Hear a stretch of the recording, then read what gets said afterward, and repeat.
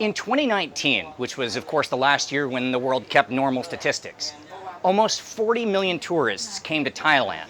And for a huge number of those people, their trip started right here at Khao San Road, the epicenter of the entire world's backpacking culture.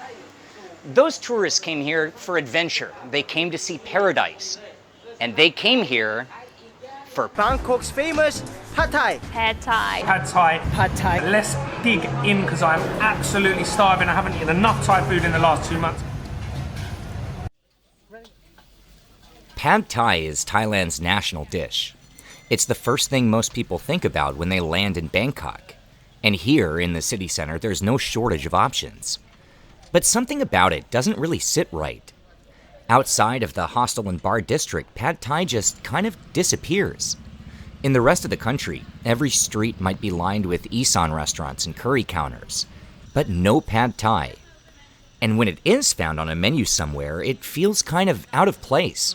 It's nothing like any other Thai food. It's almost as if it came out of nowhere, or maybe Khao San Road. So that brings up a few important questions. First of all, what even is Pad Thai? How did it become Thailand's national dish? Is it just for foreigners, or is it something Thai people enjoy as well? And is Pad Thai even Thai at all? Can we say that Pad Thai is Thai? Is Pad Thai Chinese or Thai?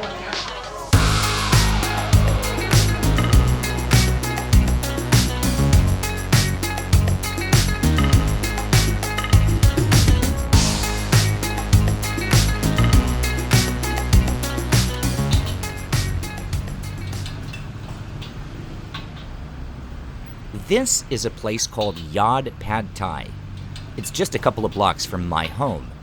We've been coming here since we arrived in Bangkok, stopping by every week or two for a plate of comfort food. There aren't a lot of foreigners in this area, but the ones that are here know this place well. This is how Old Man Yod makes a crowd-pleasing Pad Thai. In a hot wok, he first stir-fries ground peanuts and firm tofu. Then it's a handful of chewy, wide-cut rice noodles, known of course as Pad Thai noodles. Then tamarind and palm sugar syrup. Crack an egg in, then finish with chives and bean sprouts. One more flip, and it's done.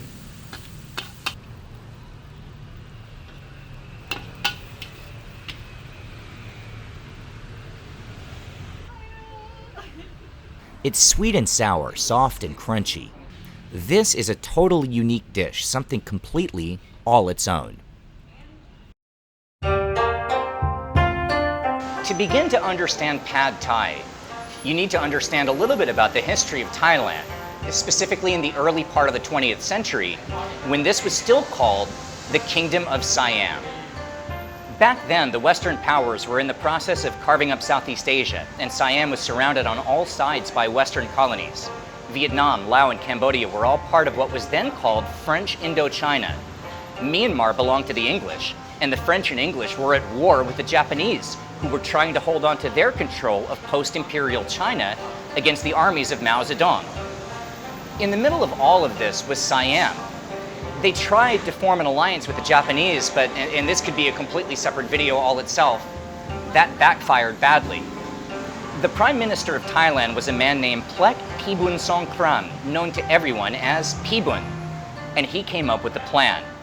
He would stave off colonization and territory loss by rallying a sense of national identity. The collection of ancient kingdoms known as Siam would become a unified country called Thailand. Pibun put in place a massive series of reforms, even more than renaming the entire country. Thailand would have a new national anthem and a standardized national language. The country would model itself after the West. Shirts and pants would replace traditional local clothes, and food would be eaten with a fork and spoon instead of by hand. And along with a dozen other new national policies, Thailand must also have a new national dish. This was something that you'd think the country would have an easy time finding. After all, this is Thailand. It's one of the world's great culinary cultures.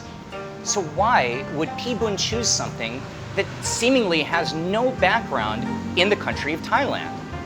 And that answer goes right back to the war in the Pacific. Thailand was still in military posture. Food was rationed, and some of the most fertile soil in the region was being blown to bits by war and conflict.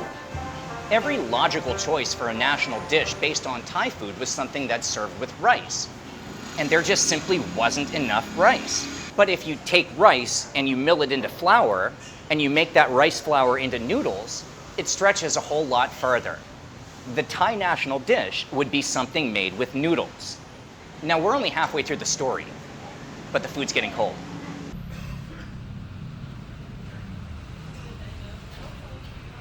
Before we continue with how Pibun convinced the new country of Thailand to accept Pad Thai, I wanted to find out what the original form of the dish might have tasted like.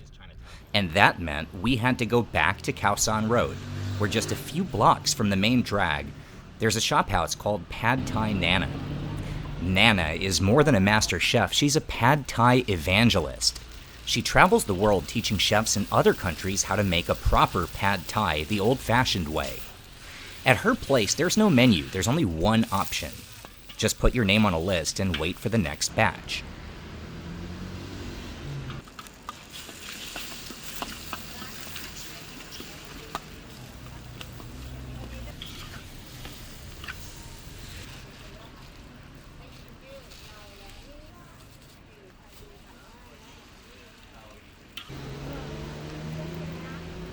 There's a big difference between the everyday dish we just ate at Yod and from the street carts on Khao San. Here, the dominant flavor comes from the ocean prawns she uses to flavor the oil, which paired with fish sauce and dried baby shrimp makes a less sweet and far more pungent version of stir-fried rice noodles. Here, in an old building on an old street in an old section of town, it's easy to imagine that I'm back in the 1940s. And with that, we can move on and continue our story.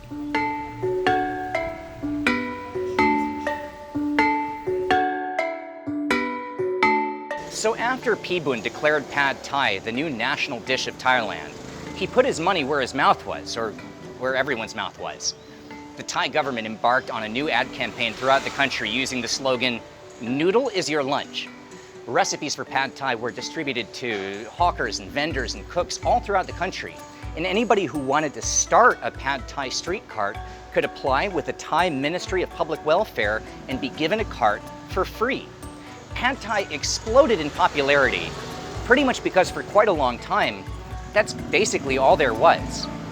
And it was a good thing, because the next few decades in Southeast Asia were pretty bleak. In the aftermath of the end of colonization, the region saw the Vietnam War, the Khmer Rouge, and the Chinese Great Leap Forward and Cultural Revolution.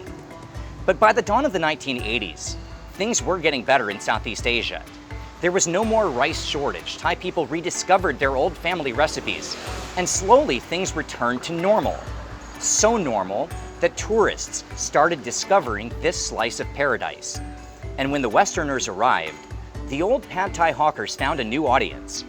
It turns out that the combination of mild stir-fried noodles with tamarind and peanut tickled the Western palate in a way that more common local foods like spicy curries did not.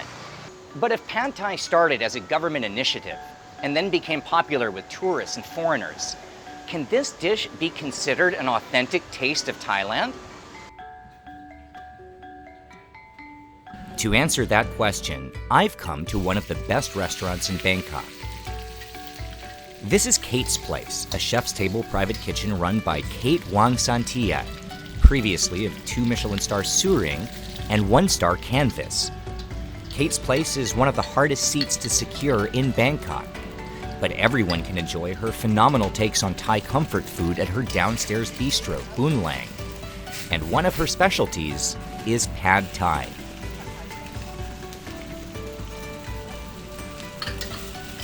The key and the heart of Pad Thai, I would say, is about the noodles itself. It doesn't matter that how fresh in the other ingredients you have, but it cannot be Pad Thai if you don't have the good noodles.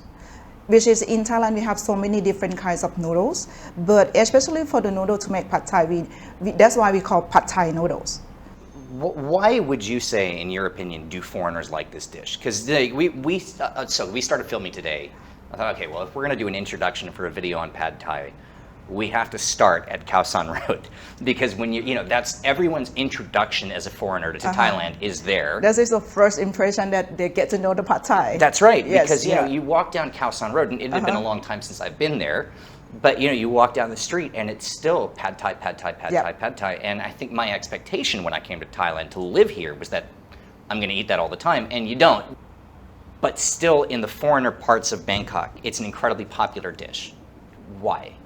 Something like ravioli stick in their mind, I think, is the five combinations of the flavors: sweet, sour, a little bit spicy, salty, right? Mm-hmm. Yeah, and it's just kind of like, yeah, I think because of that, and yeah, and a Pad Thai is very easy to remember. It's a short, and you come to Thailand, oh, Pad Thai, like that. I don't know. It's like a comfort food, I think, which is all the flavor. So that's why it's come with a condiment. If like we make the flavor if you like fresh cook out from the kitchen, the flavor is just, it depends on the different restaurant. That's the one, okay, the profile, this one, we want to make it like more a little bit sour or make it a little bit salty. So the first flavor that you want when you put in your mouth and your palate can feel it. So that's why Pad Thai always like come with a condiment, which you are free to go with the flavor with it. Which one you prefer? If you want like more spicy, okay, 1 spoon of the chili flake, or you want more sour, okay, we have the fresh lamb on the side, which you can squeeze on, and just like that. Everybody have like chance to have fun with this dish. Ah yes, the condiments. This is something we haven't talked about, but no matter whether this dish is served on Khao San Road or at a Thai restaurant in Brooklyn, it's the condiments that make it authentic. Every country in the world has something that sits on every table that tells you where you are without needing to look at a map. In America, it's salt and pepper. In England, that good old HP sauce. In China, it's soy sauce, vinegar, and crushed dried chilies. And in Thailand, it's ground peanuts, chili flakes, sweet vinegar, sugar, and fish sauce. That is as Thai as it gets. And maybe that's what makes Pad Thai authentic too. But there was still one unanswered question. Why these noodles? After all, there's only one type of noodle endemic to Thailand, and that's a fermented thin noodle called khanamjin. Pibun must have known that these flat rice noodles were popular in Bangkok's Chinatowns for decades before he came to power. They even had a name, Kway Tiao, which comes directly from the original local language of southeastern China. And the full name of Pad Thai is Kway Tiao Pad Thai. So, did Pibun invent a dish that served a purpose for a food ration Thailand? Or did he simply rename something that the Chinese had been cooking for centuries? It's easy to get bogged down in this vague idea of authenticity. Everything, if you go back far enough, comes from somewhere else. Even an ancient imperial Thai dish like masaman curry was inspired by traders from India, and the ingredients used in the dish, like chili peppers, came from across the oceans during the Columbian Exchange. But there's a difference between inspiration and outright theft. And to find out whether Pad Thai can be found directly in Chinese cuisine, I asked two of the most knowledgeable people on the subject on the planet, Chris and Steph from Chinese Cooking Demystified, to join me for dinner. At least to me, and you are obviously a lot more knowledgeable about the subject than I am, but there's a very specific flavor profile for most stir-fried rice noodles from South China that comes to mind as far as I can think of it. What would that be for you? If you typically would imagine a stir-fried rice noodle dish, what does it taste like? Savory, umami, definitely soy sauce heavy, and some meat protein components, usually pork or beef. Some crunchy components, usually bean sprouts, and depends on the shop, some other stuff. But yeah, savory, soy sauce heavy, umami would be my answer to the flavor profile. Do you think if Pad Thai in its current form worked its way back to eastern Guangdong, western Fujian, to that region, right? How would the people there feel about it? It's quite different now than... Yeah, it's very different actually. I think people would be able to recognize it as like Southeast Asian food because the flavor, especially the heavy in tamarind and like lime, it's like very Southeast Asian. I picked this restaurant for dinner because it's a great place, and because it's about as close an approximation of Chaozhou Southern Chinese food as we found in Bangkok. I assumed when I scheduled the interview that we could get some nice shots of all of us eating a different style of stir-fried rice noodles. But even with a 10-page menu, there were no noodles served here, at all. Maybe Chinese food inspired the original Pad Thai, but it looks like since the days of Pi Bun, it's evolved in a completely different direction, away from those dishes altogether. All right, so the last question, this is sort of, you know, the whole ultimate goal of this video is to find out the answer to this. Is Pad Thai Chinese or Thai? It's definitely Thai. Yeah. Definitely not Chinese. Can we say that Pad Thai is Thai? For now, yes, can. Because like it's like 100 years already, right? That we have that dish and is have their journey. So what is Pad Thai? It's Thailand's most famous export. It might have saved the country from starvation. It's popular with foreigners, but it's unequivocally Thai. And most of all, in the right hands, it's absolutely delicious. Subscribe for more from OTR.